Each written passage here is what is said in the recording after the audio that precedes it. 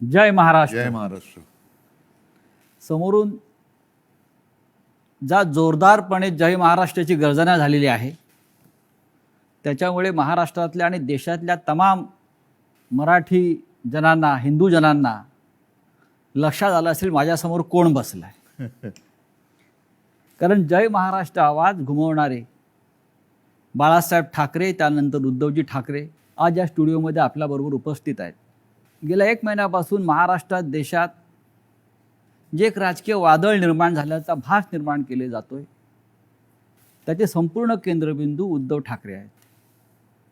आणि ज्यांना प्रतीक्षा होती मोठ्या प्रमाणात की उद्धव ठाकरे कधी बोलतील या सगळ्या विषयावर आणि लोकांच्या प्रश्नांना थेटपणे कधी उत्तरं देतील, अशी बहुचर्चित आणि बहुप्रतीक्षित असलेली मुलाखत आज ते सामनासाठी देत आहेत. उद्धवजी, मी आपलं स्वागत करतो. फार नमनाला घडावर तेल न घालता थेट प्रश्नाकडे आपण येऊया. कारण गेल्या काही दिवसात महाराष्ट्रात आणि देशात ज्या घडामोडी घडवल्या जात आहेत त्याच्यामुळे महाराष्ट्राचं समाजमन अस्वस्थ आहे. आपण किती अस्वस्थ आहात किंवा आपली भूमिका पुढे काय आहे, यातून शिवसेना कशी पुढे जाईल, अशा अनेक प्रश्नांचं काहू या राज्याच्या मनामध्ये, जनतेच्या मनात नाही, महाराष्ट्राच्या मनामध्ये मारलेलं आहे. पण तरीही मला आज तुम्ही खूप रिलॅक्स दिसताय उद्धव साहेब. म्हणजे मला याचं कारण समजत नाही की आज मी आपल्याला पाहतोय किंवा गेले काही दिवस पाहतोय, आपल्या चेहऱ्यावर कोणताही तणाव दिसत नाही आणि आपण अत्यंत मोकळेपणाने इथं आलात आणि बोलताय. हे काय रहस्य आहे? हे रहस्य साहजिकच आहे. माझी मा आणि शिवसेना प्रमुख बाळासाहेब यांच्याकडनं आलेले एक हे रसायन आहे. मा म्हटल्यानंतर शांत, सौम्य, संयम, आणि साहजिकच आहे बाळासाहेब म्हटल्यानंतर वर्णन करण्याची आवश्यकता नाही आहे. आज जवळपास 1 वर्षानंतर आपण भेटतो आहोत. होय. मला आठवतंय गेल्या वर्षी या दिवसात जेव्हा आपली मुलाखत घेतली होती तेव्हा करोनाचा कहर हा वरखाली होत होता. त्या करोनामध्ये जे काय करता येणं शक्य होतं ते मी राज्याचा मुख्यमंत्री म्हणून आणि अभिमानाने सांगेन की माझ्या राज्याचा कुटुंब प्रमुख म्हणून मी केलं. त्याच्यानंतर आता पाहिलं असाल, कारण त्यावेळेला लॉकडाऊन होता, मंदिरं बंद होती, सणासुदींना बंदी होती. पण यावर्षी आपण पहिली पंढरपूरच्या वारी, तिला परवानगी दिली म्हणण्यापेक्षा तिच्यामध्ये कोणताही अडथळा येऊ दिला नाही आणि जल्लोषात ती पार पाडली. म्हणजे पुन्हा एकदा सणासुदीला सुरुवात झालेली आहे. आता दहीहंडी येईल, गणपती येतील, नवरात्री येईल, दिवाळी येईल. पुन्हा एकदा आपल्या आयुष्यामध्ये उत्सव, उत्साह आणि आनंद याची सुरुवात झालेली आहे. एक मध्ये जणू काही पॉज बटन दाबलं गेलं होतं. आपल्या सगळ्यांच्या सहकार्याने आपण कोरोनातून आणि त्या संकटातून बाहेर पडलो. मला आनंद आहे. आता आपण सुरुवातीला जे म्हटलंत की एक वादळ आल्याचा आभास होतोय. वादळ म्हटल्यानंतर पालापाचोळा उडतो. तो पालापाचोळा उडतोय सध्या, आणि तो पालापाचोळा एकदा बसला की खरं दृश्य हे लोकांसमोर नक्कीच येणार आहे. मी शांत कसा, तर मला चिंता नाही आहे. चिंता माझी नाही आहे, शिवसेनेची तर बिलकुल नाही आहे. हां, थोडीफार जी आहे ती नक्कीच मराठी माणसांची आणि हिंदूंची आहेच, हिंदुत्वाची आहे. ह्याचं कारण हिंदू द्वेष्टे हे आपल्या घरातच आहेत. मराठी द्वेष्टे, मराठी माणसाची एकजूट तुटावी, फुटावी, हिंदूंमध्ये फूट पडावी, आणि जी मेहनत माननीय शिवसेना प्रमुखांनी हयातभर केली मराठी माणसाची एकजूट करण्यासाठी, हिंदुत्वाची, हिंदूंची एकजूट करण्यासाठी, ती आपल्याच काही कपाळकरंट्यांच्या हातनं तोडावी, मोडावी असा हा प्रयत्न केला जातोय. ती मला एक चिंता आहे. आणि म्हणून मी जे म्हटलं की हा पालापाचोळा सध्या उडतोय, कोण कुठे, हा इकडनं पालापाचोळा तिकडे जातोय, पुन्हा इकडे येतोय. ही जी गळणं गरजेची होती ती पानं ही उडतात. मी मागे एकदा माझ्या मनोगतात म्हटलं होतं की ज्या वेळेला मी वर्षामध्ये राहत होतो त्या वर्षामध्ये 2 झाडं ही आपल्या घराला लागूनच आहेत. एक आहे गुलमोहराचं आणि दुसरं बदामाचं. दोन्ही झाडं मी साधारणतः गेले 2-1 वर्ष बघतोय. ज्याला आपण पतझड म्हणतो, ती पानं पूर्ण गळून पडतात. पानगळ पानगळ म्हणतो. ती पानं पूर्ण गळून पडतात अशा काड्या राहतात. आपल्याला वाटतं या झाडाला काय झालं, पण 2 ते 3 दिवसात पुन्हा नवीन कोंब येतात, अंकुर येतात. आणि मी बघितले 8 दिवसामध्ये 10 दिवसात ते बदामाचं झाड सुद्धा हिरवगार झालं, गुलमोहर सुद्धा हिरवागार वा, झाला. वा. म्हणून जी सडलेली पानं असतात ती झडलीच पाहिजेत. ती झडतायत पानं, ती सडलेली पानं आहेत. म्हणजे आता पानं झडून पडतायत. आता सडलेली पानं झडतायत. ज्यांना त्या झाडाकडनं सगळं काही मिळालं, सगळा रस मिळाला, सगळं मिळालं, म्हणून त्यांचा टवटवीतपणा होता, ती पानं सगळं झाडाकडनं घेऊन ती गळून पडतायत. आणि हे बघा कसं उघडं बोडकं झाले झाड, असं ते दाखवायचा प्रयत्न करतायत. पण दुसऱ्या दिवशी आपला माळीबुवा येतो, ती झाड सगळी पुन्हा ती पानगळ केराच्या टोपलीत घेतो आणि घेऊन जातो. आता ती प्रक्रिया सुरू आहे केळ्याच्या टोपलीत झडलेली सडलेली पानं टाकण्याचा. आता सुरू झाले, आता नवीन कोंब फुटायला लागलेले आहेत. आणि शिवसेना आणि तरुण युवा हे नातं हे शिवसेनेच्या जन्मापासूनचं आहे. नक्कीच, कारण वयाच्या 80 हा, मात्र एक आहे, अजूनही काही ज्येष्ठ शिवसैनिक ते येऊन येऊन भेटत आहेत, ज्यांनी बाळासाहेबांसोबत काम केलेलं आहे, पहिल्या पिढीचे ज्यांना म्हणू. आणि तो संघर्ष त्यांनी पाहिलेला आहे, संघर्ष केलेला आहे. त्यांना शिवसेना म्हणजे नेमकं काय ते कळलेलं आहे. त्यांना आत्तापर्यंत अनेकांना शिवसेनेकडनं काही मिळावं अशी अपेक्षाच नव्हती, आजही नाही आहे. पण ते येऊन येऊन आशीर्वाद देत आहेत. तुम्ही आता मगाशी वर्षाचा उल्लेख केलात, मलबार हिलवरचं वर्षा बंगला, मुख्यमंत्र्यांचं निवासस्थान. आणि मगाशी मी आपल्याला म्हटलं की आपण खूप रिलॅक्स दिसत आहे. पण मला असं दिसतं आहे की मलबार हिलवरून आपण परत मातोश्रीला आल्यावर जास्त रिलॅक्स झालं. जास्त माझं घर आहे ते. म्हणजे मी तुम्हाला एक सांगतो मुद्दामून, ह्या काही हे माझे अनुभव आहेत. जेव्हा माझी शस्त्रक्रिया झाली, 2 शस्त्रक्रिया झाल्या होत्या, तो एक अनुभव माझा वेगळा आहे. तो कधीतरी तो फार विचित्र अनुभवातून मी गेलो आणि ठीक आहे. पण त्यावेळेला जेव्हा ॲनेस्थेशियामधनं मला जागवलं, मुख्यमंत्री असताना, मुख्यमंत्री होतो ना, शस्त्रक्रिया झाली, ऑपरेशन थिएटरमधनं बाहेर ते ॲनेस्थेशियातून बाहेर आल्यानंतर काढताना मला डॉक्टरने विचारलं, सर कुठे जायचं, मातोश्री की वर्षा? मी पटकन म्हटलं मातोश्री. आणि मग डॉक्टरने सांगितलं, डॉक्टर मला तुम्ही गुंगीत सुद्धा विचारलं असतं ना ॲनेस्थेशिया दिल्यानंतर सुद्धा, तरी मी मातोश्री हेच उत्तर दिलं असतं. म्हणजे तुमची इच्छा नियतीने पूर्ण केली असं म्हणताय तुम्ही मातोश्रीत येण्याची? नियती ही म्हटलं तर असते, म्हटलं तर नसते. मुळामध्ये माझी वर्षामध्ये जाण्याची इच्छा होती का? हां, ह्याचा अर्थ ते आता मुख्यमंत्रीपद गेले म्हणून मी वाईट असं नाही, ते एक वैभव आहे. म्हणजे त्या मुख्यमंत्री पदाचा, वर्षाचा मी अजिबात अनादर करणार नाही. ती एक वेगळी वैभवशाली वस्तू आहे. महाराष्ट्राचं मुख्यमंत्रीपद हे मोठं वैभवशाली पद आहे, जबाबदारीचं पद आहे. त्याचा पूर्ण आदर ठेवून मी कधीच वैयक्तिक अशी स्वप्न बघितली नव्हती. पण त्यावेळेला जे घडलं ते आजच्या लोकांना, ज्यांना आपण विश्वासघातकी म्हणू, त्यांना ते पूर्ण माहिती आहे कसा पाठीत वार केला गेला आणि कोणत्या परिस्थितीत महाविकास आघाडीला आपल्याला जन्म द्यावा लागला. हो, पण तुम्ही इस्पितळात असताना, तुम्ही गुंगीत असताना तुमचं सरकार पाडण्याचा प्रयत्न होत होता. त्या विषयावर बोलू का? असं साधारण तुम्ही सुद्धा कारण मला कुठेही त्या माझ्या अनुभवातनं सहानुभूती नकोय. तो फार वाईट अनुभव होता. मानेची शस्त्रक्रिया ही कोणत्याही डॉक्टरनं किंवा कोणालाही ज्याला माहिती आहे त्याला विचारले की त्याच्यामध्ये धोके काय असतात, ह्याची कल्पना मलाही होती. पण ती करणं मला गरजेची होती. ती केल्यानंतर पहिली शस्त्रक्रिया झाली, त्यातून मी चांगला बाहेर पडलो होतो. अचानक एक 5-7 दिवसानंतर सकाळी जाग आल्यानंतर, खरं म्हणजे त्या दिवशी मला डॉक्टरने सांगितलं होतं की उद्धवजी उद्या आपल्याला जिना चढायचं आहे. तर मी मानसिक तयारीत होतो की आज जिना चढायचं, एक एक पाऊल पुढे जायचं आहे. सकाळी जाग आल्यानंतर जरा थोडासा एक आळस द्यायचा प्रयत्न केला तर मानेमध्ये जो एक असा क्रॅम्प म्हणतो असा आला आणि माझी मानेखालची सगळी हालचाल बंद झालेली. म्हणजे मला श्वास घेताना मी बघत होतो, माझं पोटही हलत नव्हतं. पूर्णपणे मी निश्चल झालो होतो. एक ब्लड क्लॉट तिकडे आला होता. सुदैवाने डॉक्टर वगैरे सगळे जागेवर होते आणि ज्याला तो गोल्डन आवर म्हणतात, त्या गोल्डन आवरमध्ये ते ऑपरेशन झालं. म्हणून मी तुमच्यासमोर आज उभा आहे. त्या काळामध्ये माझ्या कानावर येत होतं, माझे हातपाय हलत नव्हते, बोटं हलत नव्हती. सगळ्यात टेन्शन मला होतं की समजा कुठे काय डास चावला, मुंगी चावलं तर खाजवायचं कसं. म्हणजे हा एक वेगळा विचित्र भाग होता. पण त्या काळात माझ्या कानावर येत होतं की काही जण मी बरा व्हावा म्हणून देवावरती अभिषेक करत होते. आणि काही जण मी असाच राहावा म्हणून देव पाण्यात बुडून बसले होते. देव पाण्यात बुडून बसलेले लोक आता पक्ष बुडवायला निघालेत. आणि तेव्हा हे पसरवलं जात होतं की हा काय आता उभा नाही राहत, आपलं काय होणार, तुझं काय होणार. म्हणजे ज्या काळामध्ये आपल्या पक्षाला सावरण्याची वेळ होती, आपला मी पक्षप्रमुख, कुटुंब प्रमुख, शस्त्रक्रिया झाल्यानंतर माझी हालचाल होत नव्हती, त्या काळामध्ये ह्यांच्या हालचाली जोरात होत होत्या.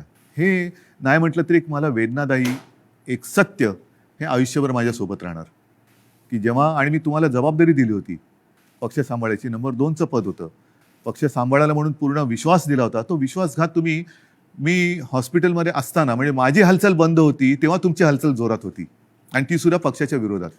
शिवसेनेच्या विरोधात किंवा शिवसेनेच्या बाबतीमध्ये हे विश्वासघाताचं राजकारण वारंवार का होतं? ह्याचं कारण शेवटी आम्ही पक्ष हा प्रोफेशनली नाही चालवत असं मी म्हणेन. तुम्ही सुद्धा गेले अनेक वर्ष शिवसेना अनुभवतात, शिवसैनिकच आहात तुम्ही, पण एक परिवार म्हणून आपण बघत आलेलो आहे. बाळासाहेबांनी आम्हाला तेच शिकवलं, माने तेच शिकवलं की एकदा आपलं म्हटल्यानंतर आपलं, त्याच्यावरती कदाचित जो राजकारणामधला गुन्हा किंवा चूक असेल ती आमच्याकडनं वारंवार होते, ती म्हणजे एखाद्यावरती विश्वास टाकला म्हणजे आम्ही त्याच्यावर अंधविश्वास टाकतो. पूर्ण जबाबदारी, मग त्याला ताकद देणं असेल, शक्ती देणं असेल. म्हणजे 2014 साली जे आत्ता आम्ही हिंदुत्व सोडलंय म्हणून आवई उठवतायत, मारतायत, बोंब मारतायत, त्यांना मला हाच प्रश्न विचारायचा आहे की 2014 साली भाजपाने युती तोडली होती तेव्हा आपण काय सोडलं होतं? काहीच सोडलं नव्हतं. आजही नाही सोडलेलं हिंदुत्व.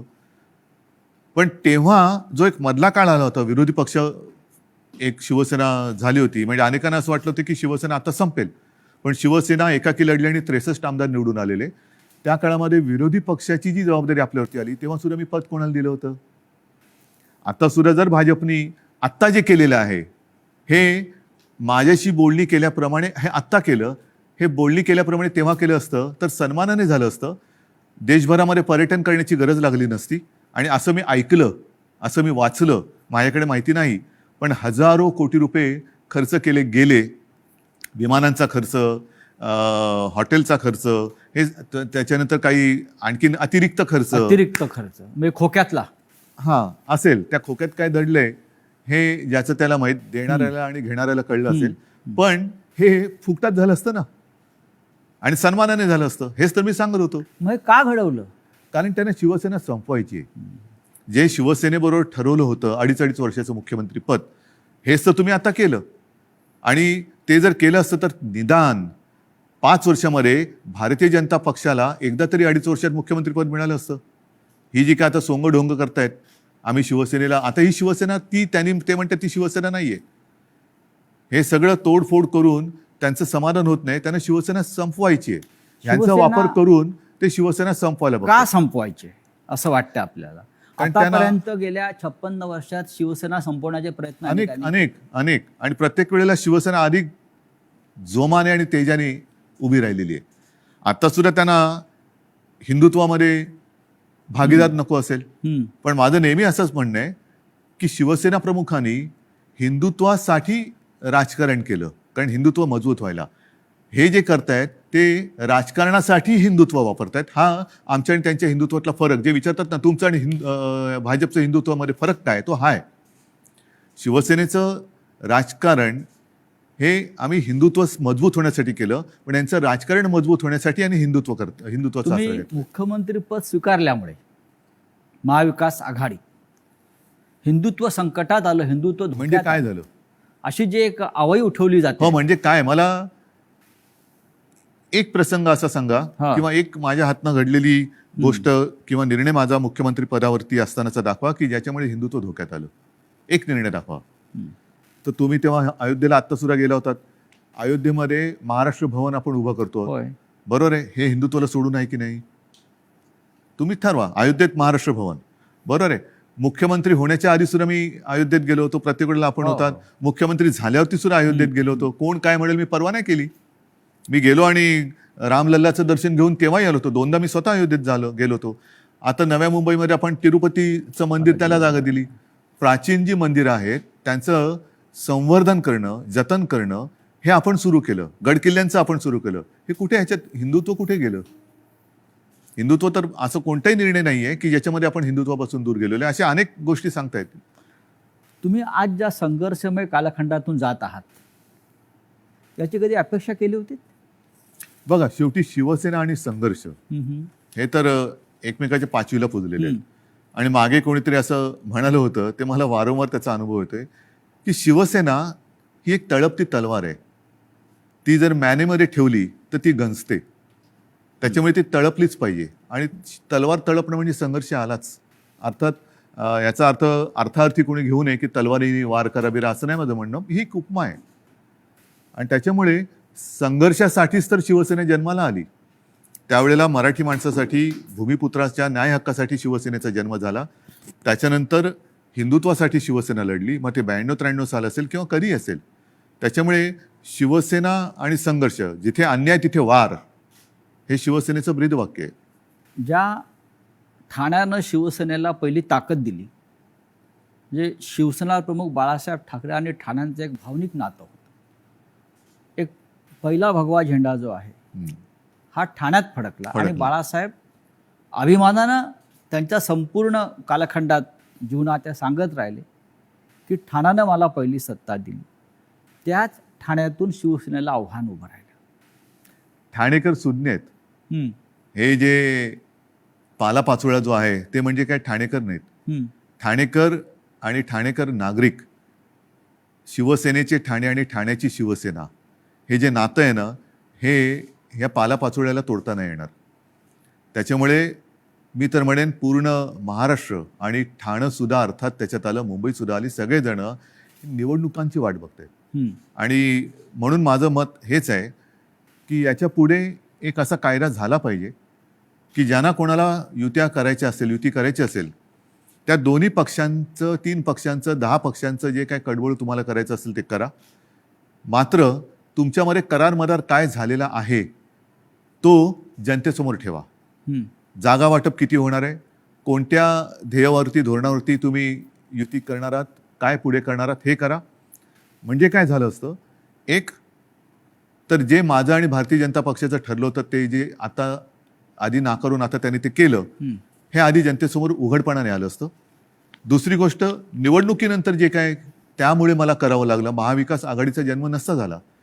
तो महाविकास आघाडीचा जन्म आम्ही दिला तेव्हा सुद्धा तुम्ही बघितलं की आम्ही शपथ जी मी घेतली ती शिवतीर्थावरती घेतली. छत्रपती शिवाजी महाराजांच्या पुतळ्याच्या आणि बाळासाहेबांचं स्मारक आहे तिकडे, त्या साक्षीने घेतली. हजारो लाखो लोक. आणि शिवतीर्थ हे भगवं पूर्ण फुलून गेलं होतं, ओसांडून वाहत होतं पूर्ण. म्हणजे जर लोक नाराज असतील तर तिकडे कोणी आलं नसतं. पण तरी देखील माझं मत असं आहे की आता निवडणुका घ्या. जर आम्ही महाविकास आघाडी स्थापन करून चूक केली असेल तर लोक आम्हाला घरी बसवतील. आणि जर भारतीय जनता पक्षाने माझं, कारण शेवटी जनता मला ओळखते, नाही म्हटलं तरी आता आमची 6वी पिढी ही महाराष्ट्राच्या जनतेसाठी काम करते. 6वी पिढी, त्याच्या आधीच्या पिढ्या सुद्धा होत्या. पण एक तर लोक त्यांना घरी बसवतील त्यांनी चूक केली असेल तर, जो करार त्यांनी आमच्याशी केला होता तो तोडला म्हणून, नाहीतर आम्ही पाप केलं म्हणून आम्हाला घरी बसवतील. होऊ द्या जनतेच्या कोर्टात फैसला, माझी तयारी आहे. पण या सगळ्या कालखंडामध्ये कधी नव्हे तो एक अघोरी प्रकार होतो आहे जो महाराष्ट्रात कधीच झाला नव्हता. तो म्हणजे कोणीतरी संपूर्ण शिवसेना हायजॅक करण्याचा प्रयत्न करत आहे. कारण त्यांना पर्याय नाही आहे. कारण नीट लक्षात घ्या, हा महत्त्वाचा प्रश्न आहे, एक बारकाव लक्षात घ्या. जे काय थोडंफार कायद्याचं ज्ञान मी लोकांशी बोलून, कायदेतज्ञांशी बोलून समजून घेण्याचा प्रयत्न केलेला आहे, त्यातून सांगतो की पूर्वी 2/3 ही सदस्य संख्या झाली का वेगळा गट स्थापन करता येऊ शकत होता. आता तो कायदा गेला. आता हे जे बाजूला झाले ते भले 2/3 असतील किंवा आणखीन काहीतरी असतील, त्यांना वेगळा गट स्थापन करता येत नाही. हे कायदेतज्ञांनी सांगितलेलं आहे. मी कायदा लिहिलेला नाही, मी कायदा वाचलेला नाही. मी घटना तज्ज्ञांनी ज्यांनी त्याचा अभ्यास केला त्यांनी सांगितलेली मतं ऐकून आणि त्यांच्याशी बोलून सांगतोय. म्हणजेच काय की ह्या गटाला कुठल्या ना कुठल्या तरी पक्षामध्ये विसर्जित किंवा सामील व्हावं लागेल ह्या गटाला. मग त्यांच्यासमोर पर्याय काय आहेत? एक तर भाजपात जावं लागेल, नाहीतर दुसरे सपा आहेत, MIM वगैरे असे जे काही छोटे छोटे पक्ष आहेत त्यांच्यात जावं लागेल. आणि हे जर का कुठल्या पक्षात गेले तर भारतीय जनता पक्षाचा ह्यांना जो उपयोग करून घ्यायचा आहे तो उपयोग संपेल. कारण त्यांची ओळख त्यांना ती द्यावी लागेल की आता आम्ही भाजपात गेलो, आता आम्ही समाजवादीत गेलो, आता आम्ही बच्चू कडूंच्या पक्षात गेलो. तर म्हणून ते एक भ्रम निर्माण करतायत की आम्ही म्हणजेच शिवसेना. जे मधल्या काळामध्ये एक क्लिप फिरली बघा, असं माझ्या काळात कधी झालं नव्हतं. माझ्या बाजूला उपमुख्यमंत्री अजितदादा पवार बसायचे, पण त्यांनी कधी माझा माईक नव्हता खेचला. काही वेळेला त्यांना अधिक त्यांच्याकडे माहिती असायची अर्थसंकल्प किंवा काय, तर मी त्यांना सांगायचो की दादा तुम्ही उत्तर द्या, पण माझ्याकडनं कोणी माईक नाही खेचला. माईक कारण खेचणं तुम्ही ठाकरे आहात. तो तर भाग झालाच, पण एक आमच्या महाविकास आघाडीमध्ये एक समन्वय. सभ्यता होती, सभ्यता होती. होती आणि समन्वय होता. असो, त्याच्यावरती नंतर बोलायचं तर मी बोलेन. पण त्याच्यामध्ये जे उपमुख्यमंत्री बोलले की हे म्हणजेच शिवसेना, म्हणजेच त्यांचा डाव असा आहे की शिवसैनिकांमध्येच लढाई लावायची, शिवसेना खतम करायची. एकदा का काम संपलं की पालापाचोळा तुम्ही जे मगाशी म्हणालात तो टोपलीत भरला की नेऊन टाकायचा. पण त्यांचा अशी योजना होती की बाळासाहेब ठाकरेंनंतर ही शिवसेना परत खतम करायचीच त्यांचं स्वप्न होतं. पण बाळासाहेबांनंतर तुम्ही शिवसेना उभी केली. त्यांच्या पोटात तेच दुखतंय.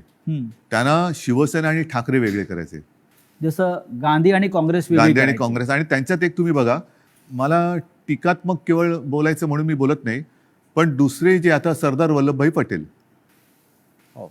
सुभाष बाबू, तसं बाळासाहेब, हे स्वतःचेच म्हणून आता लोकांसमोर आणायचं.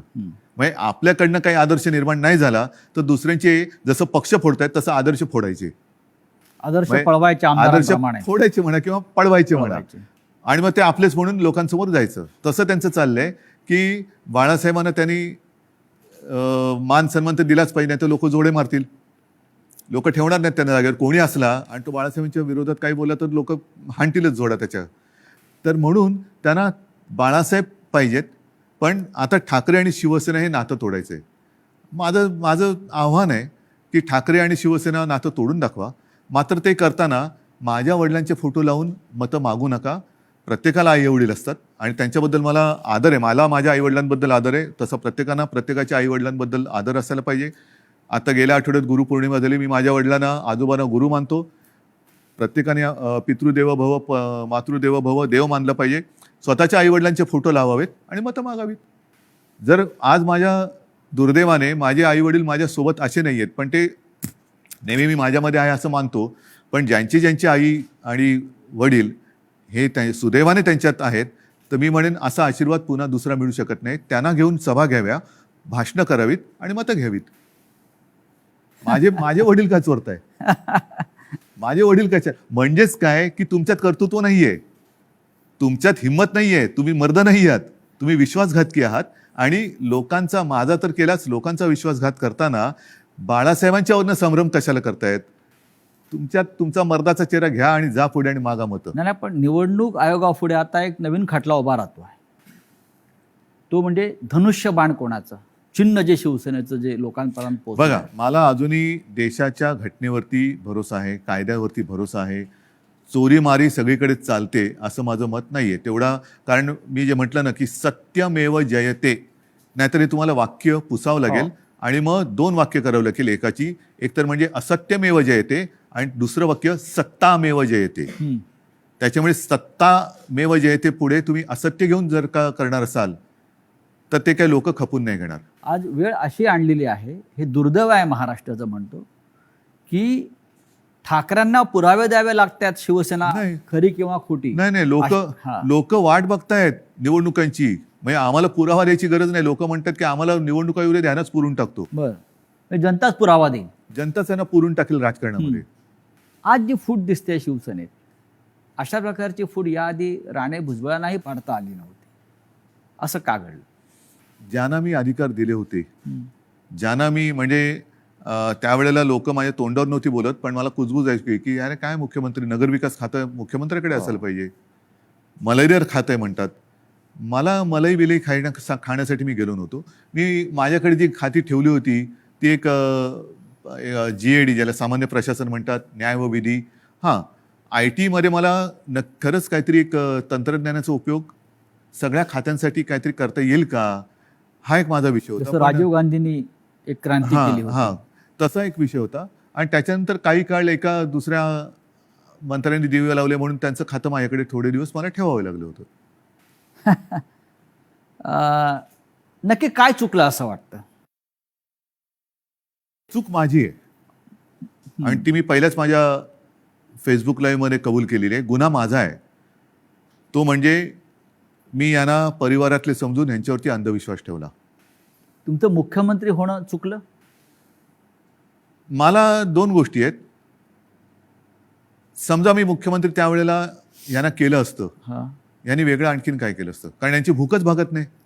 यांना मुख्यमंत्रीपद पण पाहिजे आणि आता पक्षप्रमुख म्हणजे शिवसेना प्रमुख व्हायचे. शिवसेना प्रमुखांबरोबर स्वतःची तुलना करायला लागलात. म्हणजे हे जे आहे ना, ही राक्षसी महत्वाकांक्षा आहे आणि ह्याला हावरटपणा म्हणतात. हाव म्हणजे एक दिलं तरी तुझं तेही माझं, माझं तेही माझं, तुझं तेही माझं, ह्याचं तेही माझं, त्याचं तेही माझं, माझं ते माझं, तुझं तेही माझं इथपर्यंत होतं. आता ह्याचंही माझं आणि त्याचंही माझं इथपर्यंत त्यांची हाव गेलेली आहे. या हावरटपणाला सीमा नसते. की महाविकास आघाडीचा प्रयोग चुकला? महाविकास आघाडीचा प्रयोग जर का चुकला असता तर लोकांनी उठाव केला असता. लोकांनी, जनतेने केला असता. तसं नाही झालं. जनता ही आनंदी होती कारण आल्याच आम्ही पहिल्यांदा शेतकऱ्यांना कर्जमुक्त केलं होतं. हां. त्याच्यानंतर कोरोना काळामध्ये मी अभिमानाने सांगेन संपूर्ण माझ्या मंत्रिमंडळातील सहकार्यांनी, प्रशासनाने आणि जनतेने उत्तम सहकार्य केलं.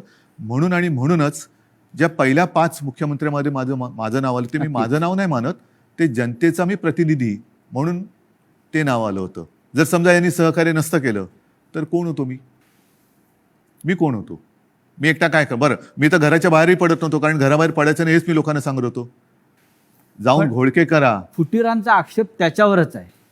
जे फुटून गेले आहेत त्यांचा आक्षेप असा आहे की आपण घराबाहेर पडला नाहीत, आपण मंत्रालयात गेला नाहीत आणि आपण त्यांना भेटला नाहीत. तरी सुद्धा घराबाहेर न पडता सुद्धा देशातल्या सर्वोत्तम 5 मुख्यमंत्र्यात नाव का आलं माझं? कारण त्यावेळेला ती परिस्थिती तशी होती. मी स्वतः सांगत होतो घराबाहेर पडू नका आणि लोक ऐकत होते. मी जर का घराबाहेर आजही पडलो आणि केव्हाही पडलो तरी शिवसेना प्रमुखांच्या, माझ्या पूर्वजांच्या आशीर्वादामुळे गर्दी होतेच. म्हणजे मग काय झालं असतं, लोकांसांगे ब्रह्मज्ञान आणि स्वतः कोरडे पाषाण. म्हणजे ती काळाची गरज होती. पण त्याच काळात मी पुन्हा एकदा सांगतो, सुरुवातीच्या काळामध्ये जेव्हा करोना आपल्याकडे त्याचा शिरकाव झाला हे कळलं तेव्हा साधारणतः 7,500 ते 8,000 रुग्णशय्या आपल्या राज्यात पूर्ण मिळून होत्या. त्याच्यात ऑक्सिजन बेड्स आले, व्हेंटिलेटर्स आले, कॉमन जे रुग्ण असतात ज्यांना साधारणतः एक थोडी ट्रीटमेंट देऊन घरी जाऊ शकतात, ऑपरेशन नंतरचे असतील, त्याच्यानंतर डायलिसिस असतील. पहिल्या लाटेत आपण ते साधारणतः 8,000 जर का धरले तर ते 3.5 लाखावरती नेले होते. हे घर बसल्या.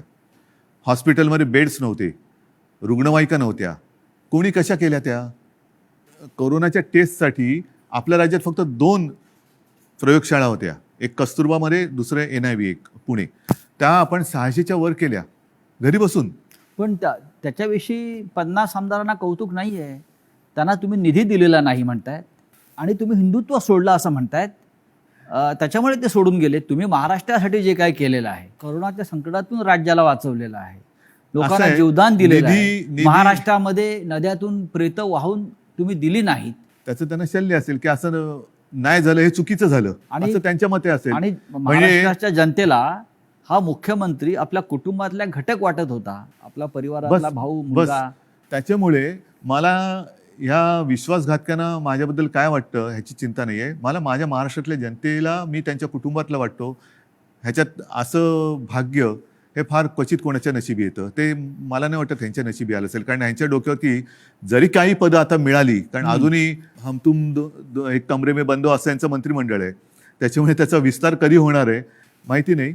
पण हे मंत्री जरी किती झाले तरी कपाळावरती जो विश्वासघाताचा शिक्का बसलाय तो नाही पुसता येणार. तुम्हाला असं वाटत नाही का की जे तुम्हाला सोडून गेलेले आहेत मोठ्या प्रमाणात त्यांनाच तुम्ही सर्वाधिक दिलेलं आहे आणि ज्यांना मिळालं नाही किंवा ज्यांना कमीत मिळालं ते आपल्या बरोबर राहिले? मला हेच म्हणायचं, ही शिवसेनेची ताकद आहे. शिवसेनेची ताकद काय आहे की सामान्यांना बाळासाहेबांनी असामान्यत्व दिलं. आता पुन्हा एकदा या सामान्यातून असामान्य लोक घडवण्याची वेळ आलेली आहे. आणि म्हणून मी माझ्या तमाम शिवसैनिकांना आणि माझ्या माता भगिनींना, बांधवांना विनंती करतो की चला परत उठा, आता पुन्हा एकदा सामान्यांना असामान्य बनवूया.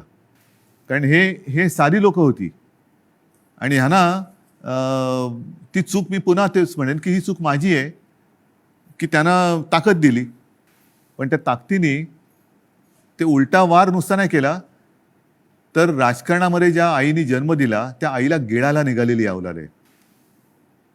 नुसतं आईवरती वार करणारे आपण म्हणत होतो तशी नाही आहे ही. राजकारणात ज्याने यांना जन्म दिला त्या आईला म्हणजे शिवसेनेला गिळायला निघालेली अवलाद आहे.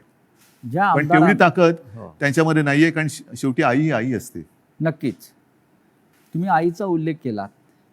कालपर्यंत हे सगळे लोक या शिवसेनेला आपली आईच मानत होती. तुमच्याबरोबर वर्षावरती अनेकांना मी बसलेले बघितले शेवटच्या क्षणापर्यंत. हो, पण आत्ताच तुमचा आधीचा प्रश्न काय होता की मी यांना भेटत नव्हतो. तुम्हाला भेटून ते कधी सुरतला गेले, कोण गोव्याला गेलं, कोण गुवाहाटीला गेलं. 50 खोक्यांची इतकी ताकद असू शकते जी निष्ठा विकत घेऊ जाऊ शकते. निष्ठा नाही विकली जात. विकली जाते ती निष्ठा नसतेच. निष्ठा ही म्हणजे विकली जाऊ शकत नाही. महाराष्ट्रात पण झाडं आहे, डोंगर आहे, हॉटेल आहे. किती सुंदर आहे महाराष्ट्र. महाराष्ट्रात फार म्हणजे ग्रामीण भागातल्या आमदारांना महाराष्ट्राच्या निसर्गाची भुरळ पडत नाही आणि गुवाहाटीच्या निसर्गाची भुरळ हो. पडते. म्हणजे मला कळतच नाही, मग तुम्ही महाराष्ट्रातल्या मातीत कसे काय जन्माला आलात. ज्या महाराष्ट्राच्या मातीत जन्माला आलात त्या मातीची तुम्हाला ओढ नाही, प्रेम नाही, त्या मातीची तुम्हाला कधी वैभव दिसलं नाहीये काय. मी स्वतः कलाकार आहे. मी माझ्या त्याच्यावरनं सुद्धा त्यावेळेला चेष्टा झाली होती. पण मी गडकिल्ल्यांची फोटोग्राफी केलेली आहे, पंढरपूरच्या वारीची केलेली आहे. आणि त्यावेळेला जो मी महाराष्ट्र बघितला, एवढा त्या पावसाळ्याच्या सुमारास मी सगळी फोटोग्राफी केलेली, एवढा नटलेला थटलेला आणि छान काय काय दऱ्या खोऱ्या एवढ्या फुलांनी बहरून जातात. तुम्हाला आम्ही तर शहरी बाबू, तुम्ही ग्रामीण भागातले, तर ग्रामीण भागात राहून तुम्हाला महाराष्ट्राचं सौंदर्य दिसत नाही, त्याचं वर्णन करावं असं कधी वाटलं नाही. आणि डायरेक्ट गुवाहाटी, मी गुवाहाटी का वाईट नाही म्हणत, प्रत्येक प्रदेश चांगला आहे, पण ह्यांना हे काय मातीसाठी करणार. इतिहास काळापासून दिल्ली आणि महाराष्ट्राचा कायम झगडा आहे.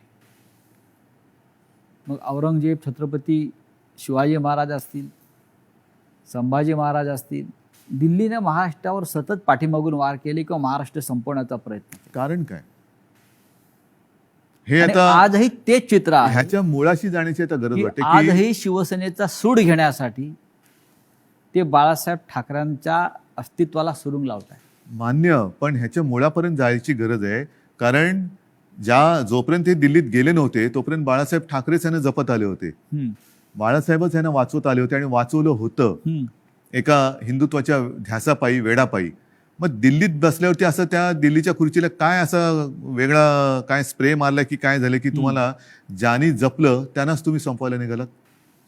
ज्या शिवसेनेनी बाबरीची जबाबदारी तेव्हा घेतली होती शिवसेना प्रमुखांनी, त्या शिवसेनेला तुम्ही हिंदुत्व सोडलं म्हणून संपवायला निघालात. बरं, आम्ही काँग्रेसबरोबर गेलो म्हणून तुम्ही म्हणता हिंदुत्व सोडलं.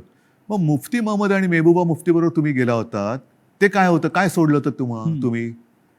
मग तेव्हा तर आम्ही आता तुम्हाला वाटतं हिंदुत्व सोडले, जे सोडलं नाही, पण तेव्हा तुम्ही लाच सोडली होतीत ना. काय मेहबूबा मुफ्ती आज सुद्धा वंदे मातरम म्हणतात की भारत माता की जय बोलतात. हे माहिती असून सुद्धा तुम्ही मला हे त्यांनी एकदा सांगितलं होतं की तिकडे निवडणुका घेऊन दाखवा असं अतिरेक्यांनी आव्हान दिलं, म्हणून आम्ही निवडणुका घेऊन दाखवल्या. सरकार बनवून दाखवा म्हणून आम्ही त्यांच्याबरोबर सरकार बनवून दाखवलं. पण सरकार बनल्यानंतर मला वाटतं मुफ्ती महमद सईदनी अतिरेक्यांचा आणि पाकिस्तानला त्यांनी धन्यवाद दिले होते काश्मीर खोऱ्यात शांततेत निवडणुका होऊ दिल्यामुळे. मग कोणाला काय दाखवलं तुम्ही, कोणाला काय दाखवलं.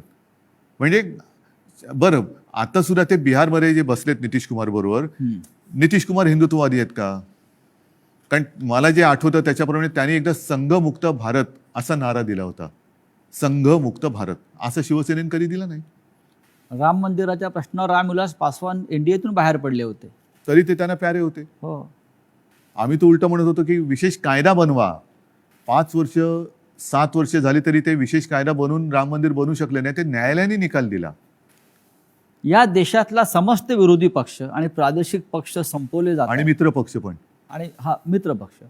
असं तुम्हाला काय दिसतंय का कारस्थान किंवा अशा प्रकारचं सुडाचं बघा, मला राजकारण? असं वाटतं हा ज्याचा त्याचा प्रश्न आहे. जे आता सरन्यायाधीश बोललेत मध्ये, ओझर तर मी वाचलं की आपल्या देशात विरोधी पक्षाला शत्रू समजू नका. विरोधी पक्षांनी सुद्धा जबाबदारीने वागलं पाहिजे आणि सत्ताधारी पक्षांनी सुद्धा जबाबदारीने वागलं पाहिजे. मी जो काही 2.5 वर्षात अनुभव घेतला मुख्यमंत्री म्हणून, मी विरोधी पक्षांना काही वेळेला मी स्वतः आवाहन केलं की सरकार म्हणून आमचं समजा जर काही आम्ही कुठे कमी पडत असू, आमचं काही चुकत असेल, तुम्ही आमच्या नजरेत आणून द्या. नजरेत आणून द्या. हे काम विरोधी पक्षाचं आहे, कारण ते सुद्धा शेवटी लोकप्रतिनिधी असतात. त्याच्यामुळे सशक्त लोकशाहीसाठी आणि महाराष्ट्राची विरोधी परंपरा पक्ष आहे ती. हा सुद्धा तेवढा सुसंस्कृत पाहिजे, संवेदनशील पाहिजे, आणि तेवढाच किंवा त्याच्याहून थोडा जास्त हा सत्ताधारी पक्ष संवेदनशील पाहिजे आणि सुसंस्कृत पाहिजे. आता हा संवेदनशीलता आणि सुसंस्कृतपणा हम्म.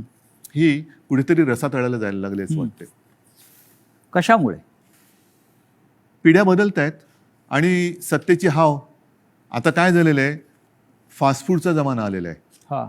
तुम्ही फोन केला की 10 मिनिटात, 15 मिनिटात, 20 मिनिटात पार्सल आलंच पाहिजे. तसं मी पक्षात गेलो की मला थोड्या दिवसात काहीतरी मिळालंच पाहिजे. नाही गेलं तर माझ्याकडे दुसरं आहे. या देशामध्ये विरोधी पक्षच राहू नये. मग राज्यामधले शिवसेनेसारखे प्रादेशिक पक्ष असतील किंवा राष्ट्रीय पातळीवरचे काँग्रेससारखे पक्ष असतील, आणि त्यांना संपवण्यासाठी साम दाम दंडभेद ह्यातनं काय साधलं जाणार? म्हणजे केंद्रीय तपास यंत्रणांचा ईडी नाही. असेल, सीबीआय असेल, ह्यातनं साधणार काय? यांचा जो गैरवापर सुरू आहे. शेवटी जनता ही सार्वभौम आहे, आणि तुम्ही बघितलं असाल की जनतेच्या मनाविरुद्ध एखादा निर्णय गेला तर जनता थांबत नाही, ती रस्त्यावरती उतरते. आपण जो संवाद जनतेशी साधत आहोत, मला असं वाटतं जनतेच्या सगळ्या प्रश्नांना आपण भरभरून उत्तरं देताय, मनापासून बोलताय. हा संवाद आपण असाच कायम ठेवू.